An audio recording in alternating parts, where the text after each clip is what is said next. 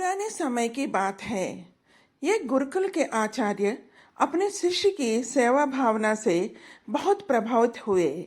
शिक्षा पूरी होने के बाद शिष्य को विदा करने का समय आया। तब गुरु ने शिष्य को आशीर्वाद के रूप में एक ऐसा दर्पण दिया जिसमें व्यक्ति के मन में छुपे हुए भाव दिखाई देते थे। शिष्य उस दर्पण को पाकर बहुत प्रसन्न हुआ। शिष्य ने परीक्षा लेने के लिए दर्पण का मुंह सबसे पहले गुरुजी की ओर ही कर दिया। शिष्य ने दर्पण में देखा कि उसके गुरुजी के मन में मोह, अहंकार, क्रोध आदि बुरी बातें हैं। यह देखकर शिष्य को दुख हुआ, क्योंकि वह अपने गुरुजी को सभी बुराइयों से रहित समझता था। शिष्य दर्पण लेकर गुरुकुल से रवाना हुआ।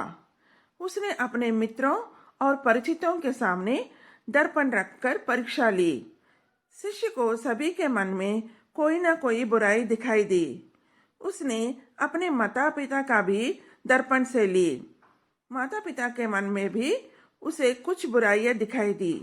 यह देखकर शिष्य को बहुत दुख हुआ और इसके बाद वह एक बार फिर गुरुकुल पहुंचा।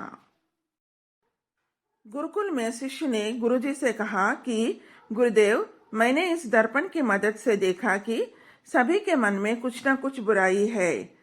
तब गुरुजी ने दर्पण का रुख शिष्य की ओर कर दिया।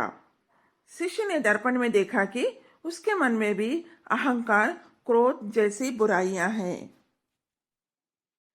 गुरुजी ने शिष्य को समझाते हुए कहा कि यह दर्पण मैंने तुम्हें अपने बुराइयां देखकर खुद में सुधार करने के लिए दिया था, दूसरों की बुराइयां देखने के लिए नहीं।